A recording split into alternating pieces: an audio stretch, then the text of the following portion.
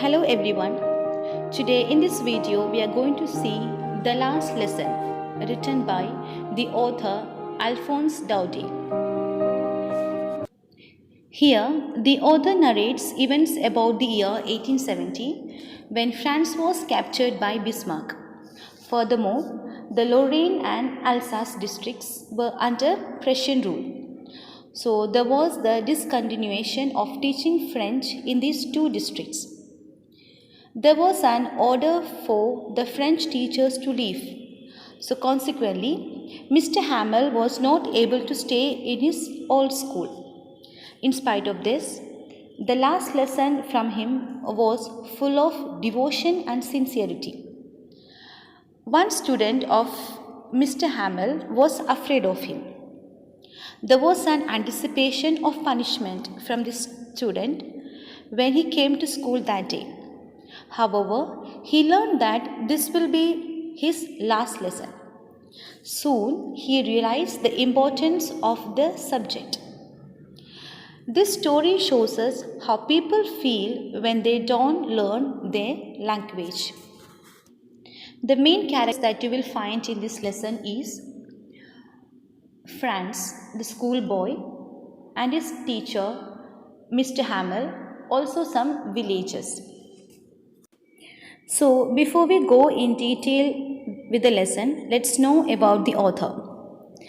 Alphonse Daudet was born in 1840 in France and died in 1897. He was a French novelist and short story writer, formerly a school teacher. He quit it to make a living as a journalist in Paris.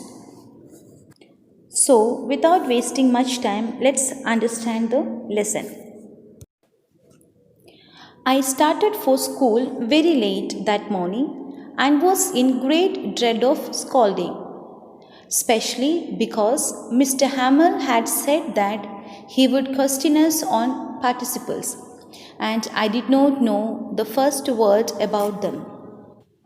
Here, M is used for Mr., a short form of Monsignor in French word, and in great dread of, which means fear of, he was afraid of. So, the narrator of the story is a young school-going boy named Franz. That morning, he was scared, he was so afraid as he was late for the school. Also, as their teacher, Mr. Hamel, had announced the previous day that he would test them on the topic of participles, and Franz did not know anything at all. He was more scared of being scolded.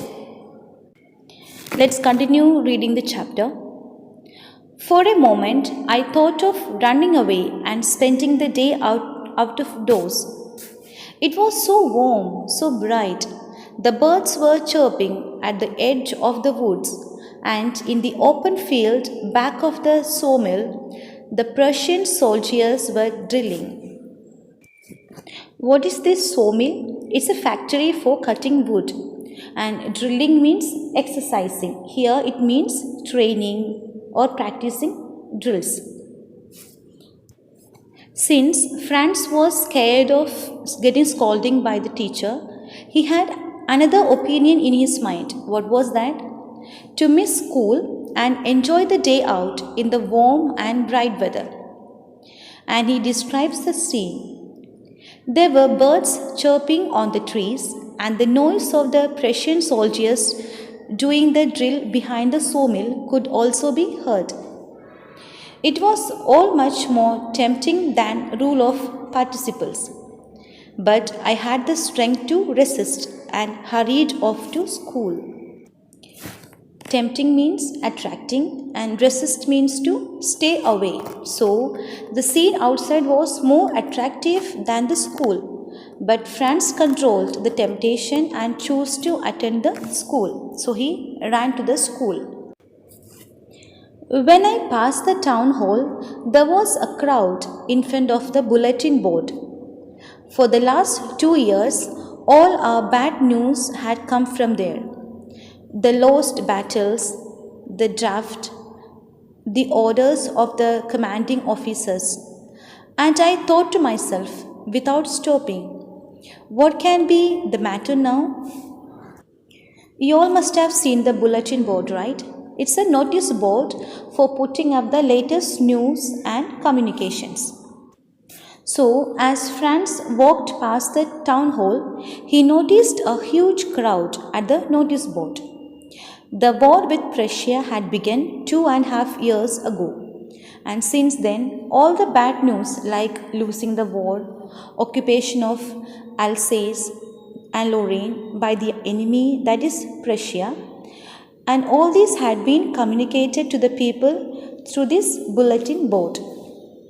So Franz kept on walking towards the school and thought in his mind that what news could have been put up at the board now. Then, as I hurried by as fast as I could go, the blacksmith watched her who was there with his apprentice reading the bulletin called after me. Don't go so fast, Bub. You will get to your school in plenty of time. I thought he was making fun of me and reached Mr. Hamel's little garden all out of breath. What's the meaning of apprentice? It means a trainee. And bub is a rude word used for a boy. As Franz walked hurriedly towards the school, the blacksmith, who was also reading the news and had come along with his trainee, called out to Franz from behind and said that he need not go in such a hurry, as there was plenty of time for him to reach school. Franz thought that the blacksmith was making fun of him, as he was already late for school. When Franz reached the garden outside the school, he was out of breath, as he had walked very fast. Usually, when school began, there was a great bustle, which could be heard out in the street. The opening and closing of desks, lessons repeated in unison, very loud, with our hands over our ears to understand better, and the teacher's great ruler rapping on the table. What's the meaning of a great bustle? It means a lot of noise created by many people. In unison means at the same time, and rapping means striking. So, in the above lines, Franz describes the usual scene at the school in the mornings. So, how the school used to be? There used to be a lot of noise created by the moving of desks, children repeating their lessons, and teachers striking the tables with the rulers could be heard. But now it was all so still. I had counted on the commotion to get to my desk without being seen. But of course, that day everything had to be as quiet as Sunday morning. That day was unusual, as there was no such sound coming out of the school, and it seemed that the school was closed as it used to be on a Sunday morning. So, Franz had planned that he would take cover under the commotion and reach the class without being noticed, but that did not seem possible because the class was completely quiet. Through the window, I saw my classmates already in their places, and Mr. Hamel walking up and down with his terrible iron ruler under his arm. Franz was now so feared of getting a beating because Mr. Hamel was with his iron ruler and he saw all his classmates seated in the classroom. I had to open the door and go in before everybody. You can imagine how I blushed and how frightened I was. What's the meaning of blushed? It means face turned red in color due to shame. Franz was ashamed of being late, and he also was feared of getting a scolding as he had to enter the classroom in front of everyone. But nothing happened. Mr. Hamel saw me and said very kindly, "Go to your place quickly, little Franz. We were beginning without you."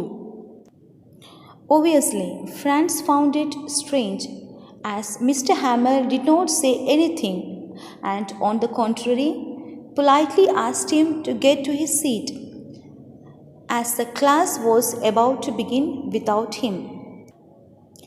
I jumped over the bench and sat down at my desk. Not till then, when I had got a little over my fright, did I see that our teacher had on his beautiful green coat, his frilled shirt, and the little black silk cap, all embroidered, that he never wore except on inspections and prize days. So, what was the strange thing he found there? So, as he hurried to his seat, after some time, when he overcame the scare and became comfortable there, he noticed that their teacher had worn his best embroidered that day. The teacher normally wore it on occasions like inspections and prize distribution days. Franz wondered if that day was a normal day, then what could be the reason for Mr. Hamel to wear his special dress?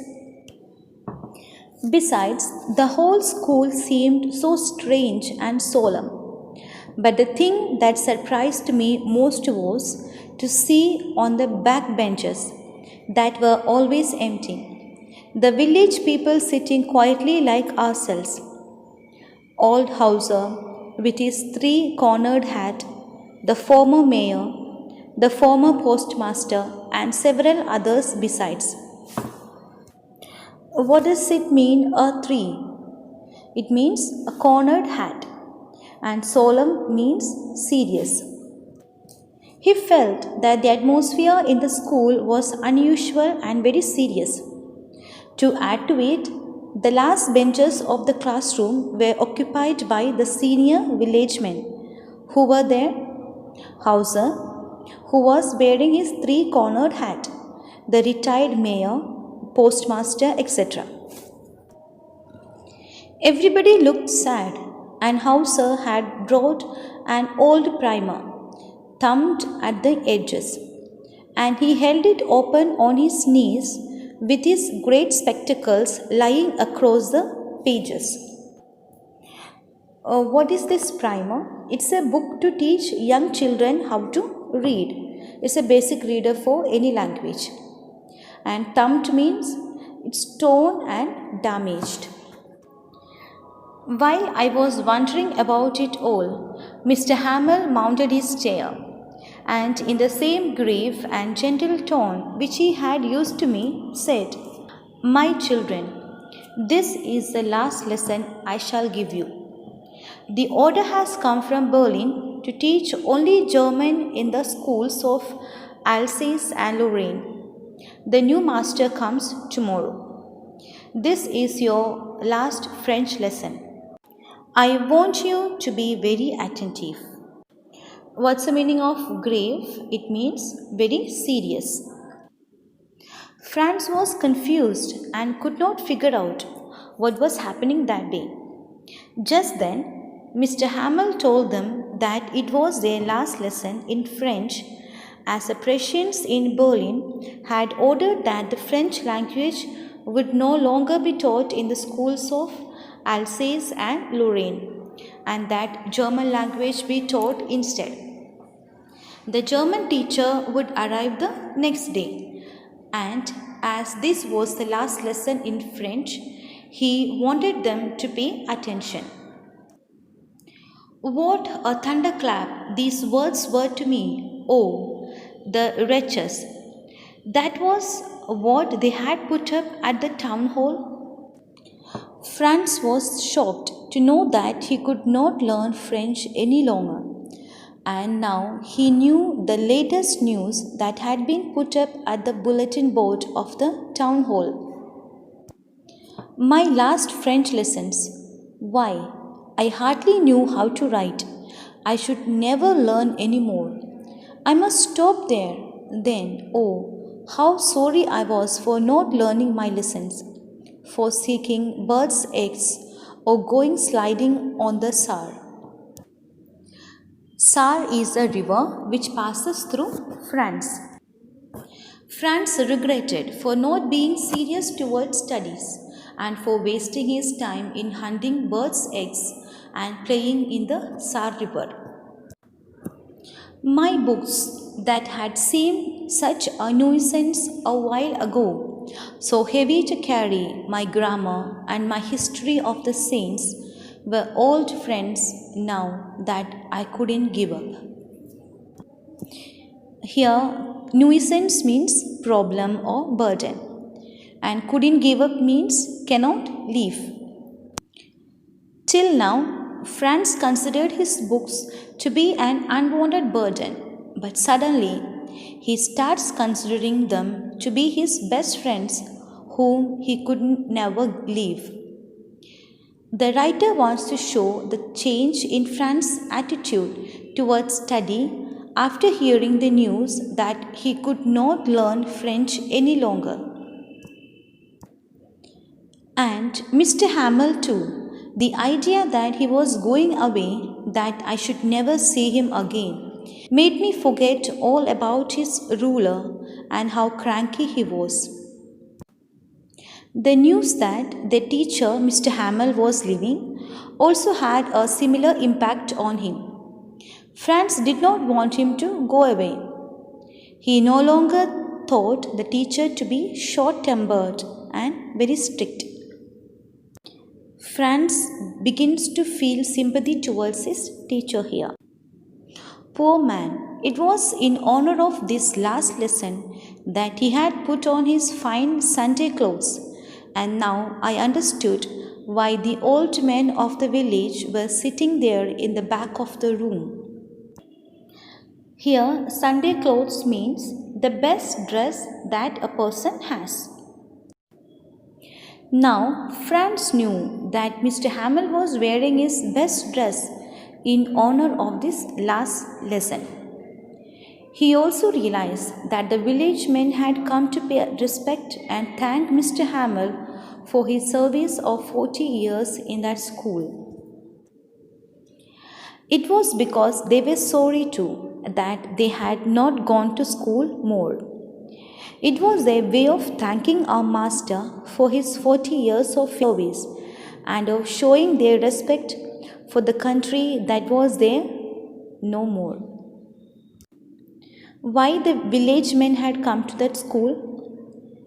The village men had come to the school as they were also repenting for not having studied well in their childhood. They had come to thank their teacher for his 40 years of service as a teacher of French. Also, they wanted to show respect to their country and were sad as their mother tongue, French, would no longer be taught to them.